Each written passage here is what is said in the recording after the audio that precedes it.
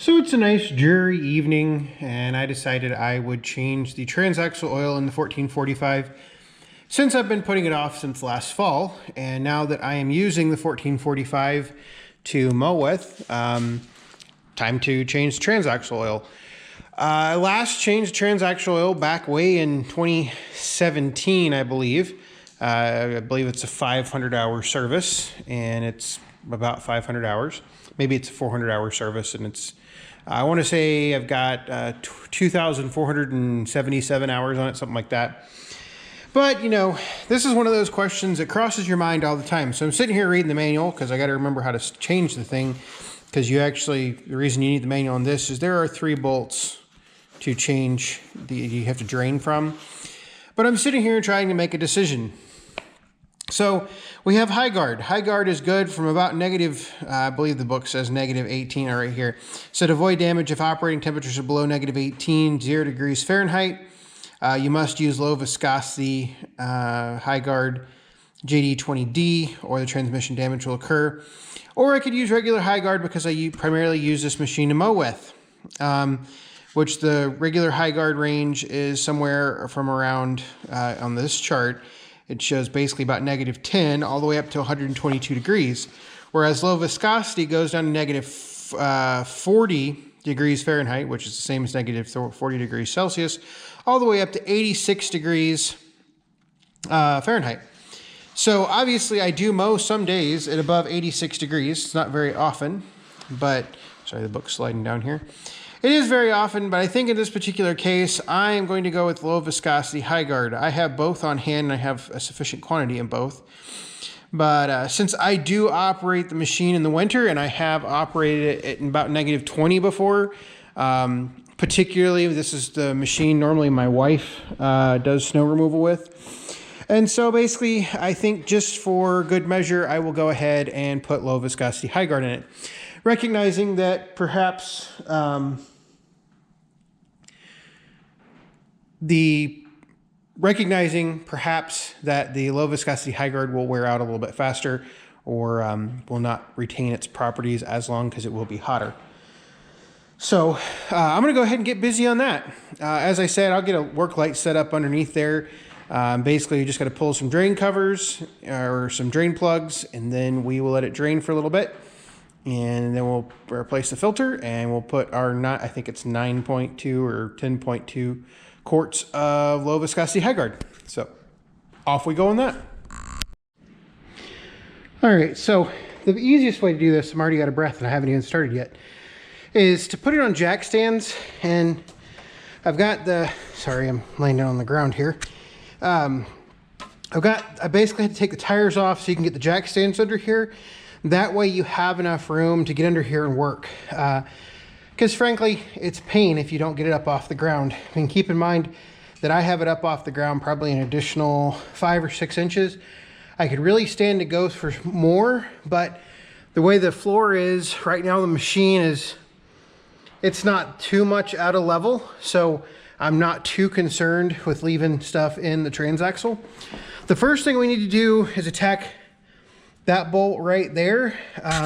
Now, I guess He-Man put this thing in last time, and I still can't get it undone. So it's a 22 millimeter head, and so far it has been a royal pain. I actually ended up getting the impact out after it, but this is one of 3 drains on this transaxle. And it does have it looks like it has an O-ring under it. So we're gonna go ahead and that is, I believe, the 4-wheel drive. It's splashing oil everywhere, go figure.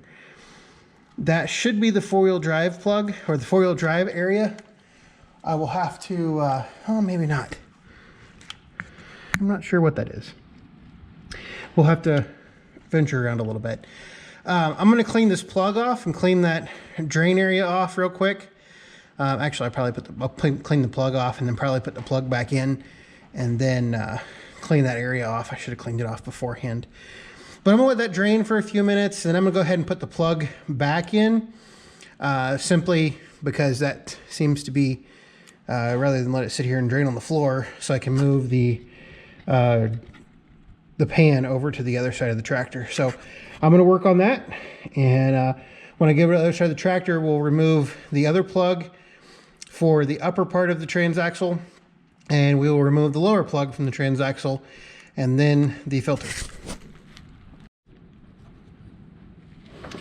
All right, so this one is extremely difficult to get to, and obviously it appears as though I have a leak under here. This leak was not there mid last summer, so it is something new. Hopefully it's just this nut right here, this bolt right here come loose. We're going to see if I can't get it in here with my ratchet. Oh good, that came off easy enough, or came loose easy enough. Now we're going to see exactly how much of a mess I can make. Get my hand out of the way here.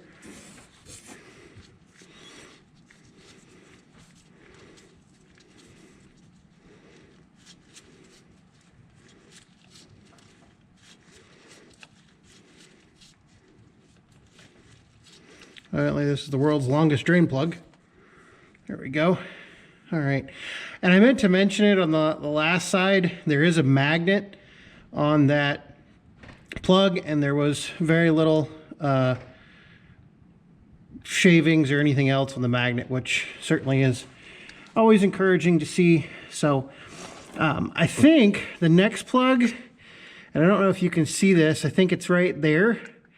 And the reason I say I think is because I'm not 100% sure. It seems like that would be it. It's the only thing I can find that looks like it should in the manual, but it's not 100% correct from the manual. But that's what we're going to run with. So I think that's what I'm going to take out. And obviously, the only problem is there's, and maybe it's this one right here. We're going to try that one. Yeah, we're going to try this one. It has a bigger head. You can barely see it, but it's right here. So we're going to try that bolt right there, and I'm going to see if I can't get you a better shot at what we're doing. But that's the plug we're going to pull next. So let this drain once again, and we will go from there. All right, so we're going to see if my hypothesis is correct here, and if that is indeed the drain bolt for this machine, or for the transaxle. Feels like it is. I have emptied the tub because I figured that probably needed to be done. And there we go. Whew, just didn't make it in the tub. All right, so we're gonna let that sit there and drain. Hopefully that overfill the tub. I'm gonna clean this plug up, this bolt, and we will go from there. So let it sit there and drain, and then we can turn our attention to the oil filter right there. So that will be next on the list. And as I'm going ahead and putting all these plugs back in. That way they're not sitting there open or anything. I'm just letting them drain, and then I'm putting the plug back in and moving on to the next one, even though I'm not showing that step. All right, so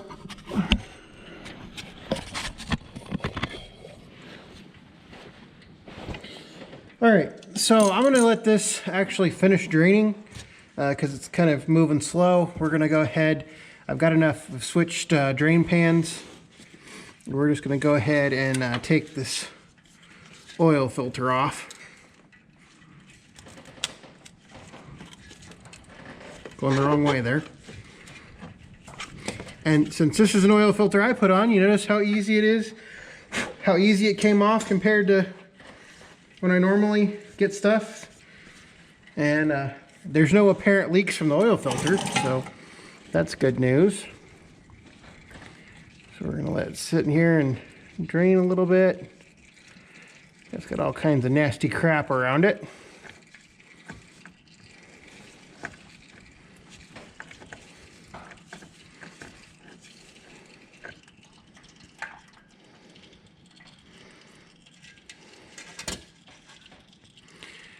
I'm just going to let it sit there and drain. And get the other oil filter ready, get the hours written on it, stuff like that. One of the big challenges in this particular case is the fact that I've got all that trash around it. That trash is, particularly up top, is not accessible when I am, obviously, I would have much preferred to give this machine a pressure wash before doing this. However, right now that's not necessarily possible because I haven't had time to do it, and at the same time I am being very opportunistic and using a rainy day to do this versus taking a nice sunny day when I could be doing projects in the yard. So it does need to get a pressure wash here in the near future. I'll probably put it in the driveway and put it up on jack stands just like this and get all up under here and whatnot and get it nice and cleaned up. But for right now, and actually I don't think I'm going to write the hours on the filter itself. I just don't view that as that important in this particular case, so we'll just go ahead and get the other filter installed on there. And I'm going to be terrible, and I'm going to use some, my clean finger, I'm going to use some used hydraulic oil to oil up the gasket. Not that I think that's the end of the world. And then we'll go ahead, get under here, and put this on. Try not to drop it. There we go.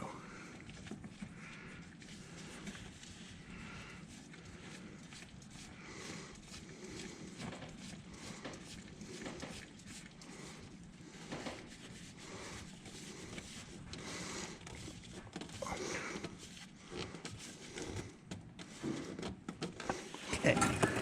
Now, since I was using my left hand, I am going to cinch it up very briefly with the filter wrench, only because I was using my left hand and I'm right-handed, so I didn't have near the force, and for me to get my right hand under it, I'd have to come from the other side of the machine. All right, so now I think I'm going to call this up here good for draining, and go ahead and put the plug back in here like so.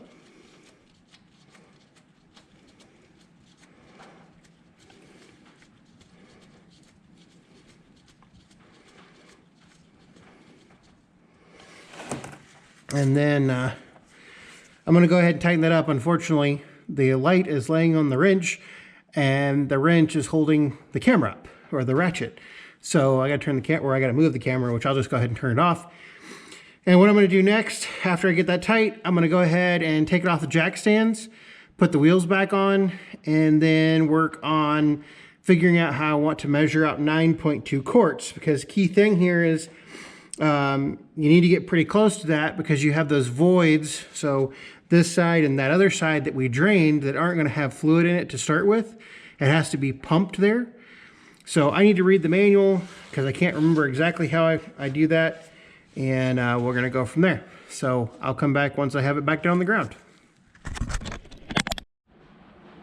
All right, so I don't have a good place to put the camera, and the tripod's inside the house and it is pouring down rain outside. So I'm just going to go ahead and add the low viscosity high guard.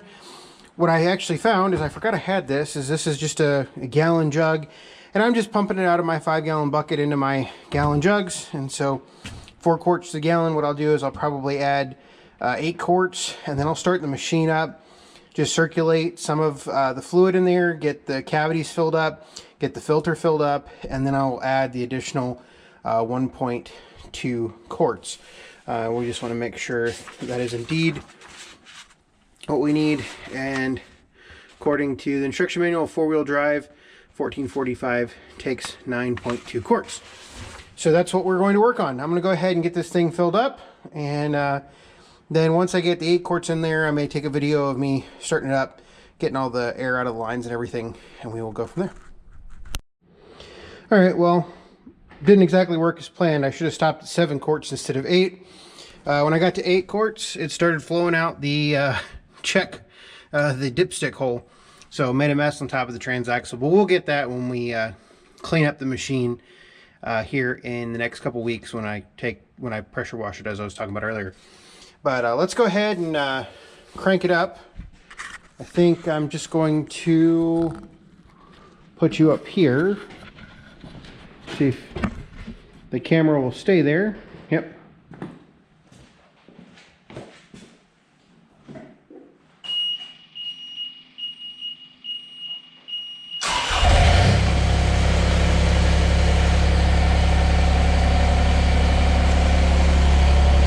So let's check our functions. Do we have steering? Yep.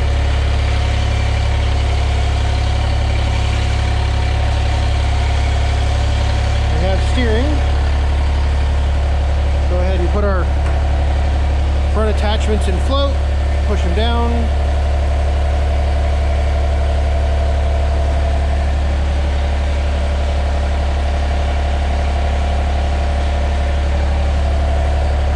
Let's lift them up.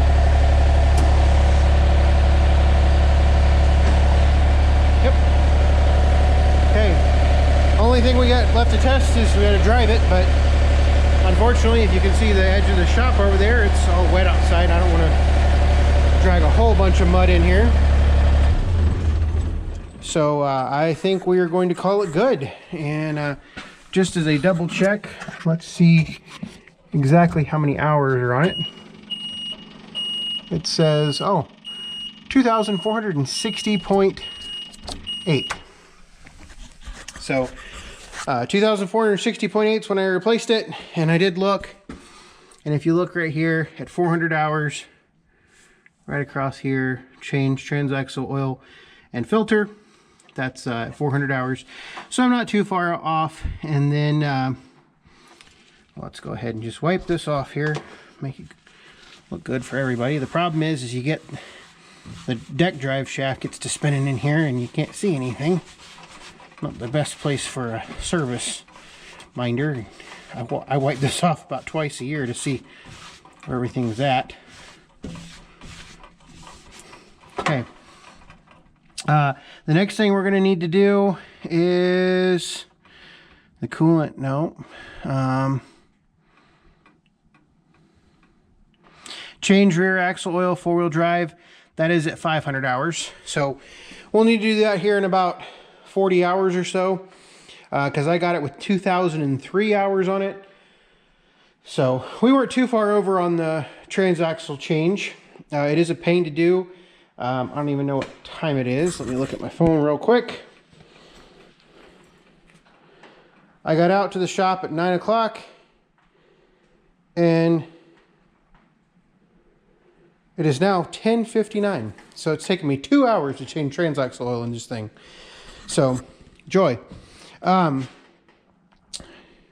I say 11:59 or 10:59? It's 10:59. It's 11 o'clock, basically. So it's taken me 2 hours to change transaxle oil.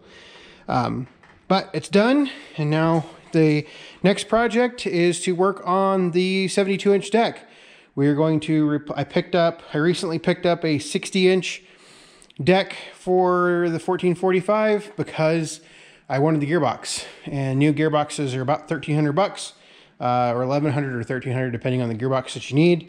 And this gearbox matched over, so I bought the deck, and we're going to swap the deck. We're going to swap the gearbox over along with the pulley and a couple other things. I'll do a video on that, and then hopefully we can rebuild the other gearbox a little bit better than we did last year, or I can.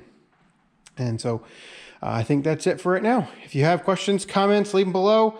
Probably not that much of a cool video because it just showed me crawling underneath a commercial mower.